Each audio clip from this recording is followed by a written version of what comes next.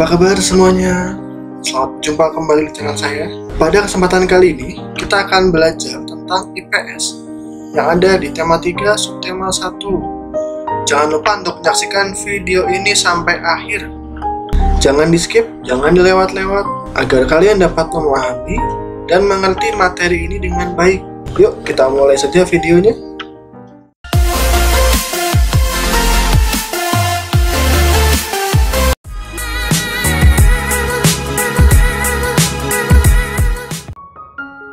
Yang pertama adalah dataran tinggi.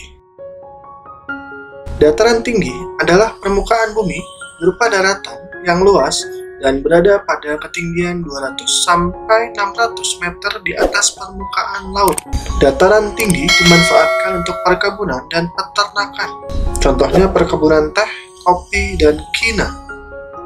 Kina di sini adalah bahan baku untuk pembuatan obat malaria. Peternakan yang umumnya berada di dataran tinggi yaitu peternakan sapi perah. Udara di sekitar dataran tinggi terasa sejuk dan dingin, sehingga sering dimanfaatkan sebagai tempat wisata. Nah, itulah mengapa jika kalian pergi ke daerah dataran tinggi, biasanya banyak sekali perkebunan teh di sisi jalan, dan dari jauh kelihatannya sangat bagus, seperti karpet. Dan karena udaranya sejuk dan dingin, biasanya banyak yang punya villa, dan biasanya banyak juga dipakai tempat wisata. Mata pencaharian penduduk di dataran tinggi umumnya adalah petani atau peternak, dan ada beberapa yang bekerja di tempat-tempat wisata. Nah, seperti ini.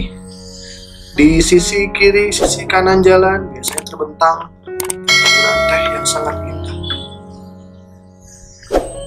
Perkebunan teh banyak terdapat di dataran tinggi karena suhunya cocok untuk pertumbuhan teh. Kemudian dataran rendah. Dataran rendah adalah permukaan bumi berupa daratan yang luas dan berada pada ketinggian 0 sampai 200 meter di atas permukaan laut. Nah, dari tadi ada kata-kata di atas permukaan laut. Maksudnya apa ya? Maksudnya adalah biasanya daerah-daerah itu diukurnya dari atas permukaan laut. Jika kalian pernah naik kereta api, lalu ketika berhenti di stasiun, biasanya di setiap stasiun itu ada, selain nama kotanya, ada juga angka petunjuk ketinggian daerah itu. Nah, jika 0 sampai 200 meter, maka dikatakan dataran rendah. Dataran rendah dimanfaatkan manusia untuk keperluan di berbagai bidang, seperti pertanian, perkebunan, peternakan, perumahan, dan industri. Lebih banyak ya dibandingkan dataran tinggi. Contoh hasil pertanian di dataran rendah yaitu padi, tebu, karet, dan kelapa sawit. Lebih banyak juga hasil pertanian di dataran rendah. Contoh hewan ternak di dataran rendah ada ayam, itik, sapi, kambing, dan ikan air tawar. Sangat beragam. Mata pencaharian penduduk dataran rendah sangat beragam. Contohnya petani, peternak, dan pegawai perusahaan. Jadi sudah mulai makin banyak kalau dataran rendah. Persawahan, pertanian padi termasuk contoh pemanfaatan dataran rendah. Pantai. Pantai adalah daratan yang berbatasan langsung dengan laut. Daerah pantai umumnya landai dan berpasir. Akan tetapi ada pula pantai berupa tebing yang curam. Indonesia merupakan negara kepulauan, sehingga Indonesia memiliki banyak pantai. Mata pencaharian masyarakat di daerah pantai yaitu nelayan, peternak ikan laut, petani kelapa, petani garam, dan penjaga pantai. Ada beberapa macam pemanfaatan pantai, yaitu budidaya ikan laut, udang, cumi-cumi, rumput laut, perkebunan kelapa, dan pertanian garam. Setiap pemanfaatan pantai berguna untuk meningkatkan kesejahteraan masyarakat sekitar. Ya, seperti ini, pantai. Pantai dimanfaatkan sebagai tempat wisata. Biasanya kayak gitu ya. Terutama daerah Bali, Lombok, sangat terkenal sekali pantai. Tapi banyak daerah-daerah lain di Indonesia yang pantainya tidak kalah indah. Ciri-ciri sumber daya alam. Salah satu sumber daya alam adalah tanaman.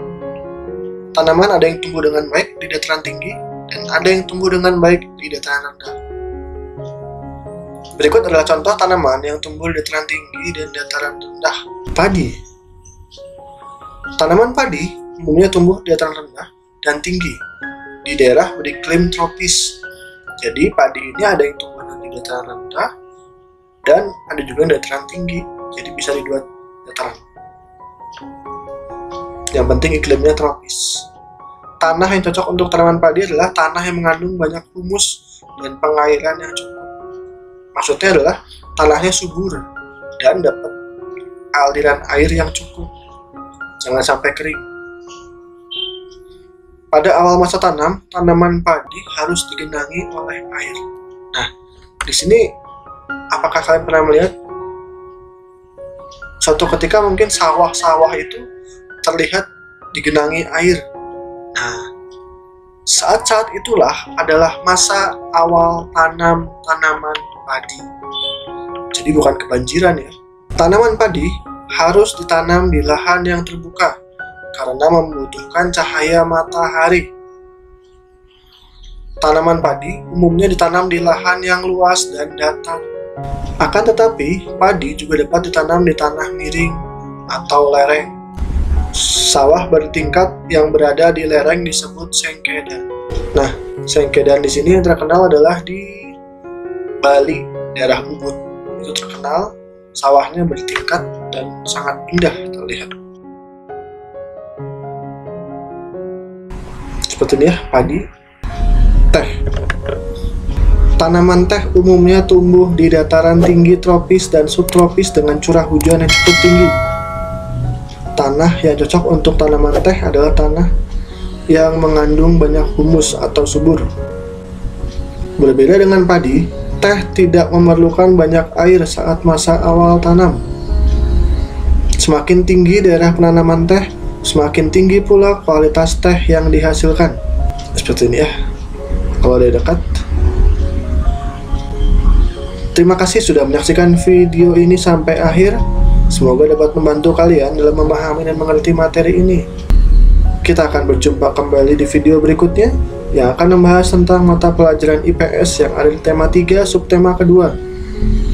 Jangan lupa untuk tetap menjaga kesehatan, selalu berolahraga, dan sampai jumpa di video berikutnya.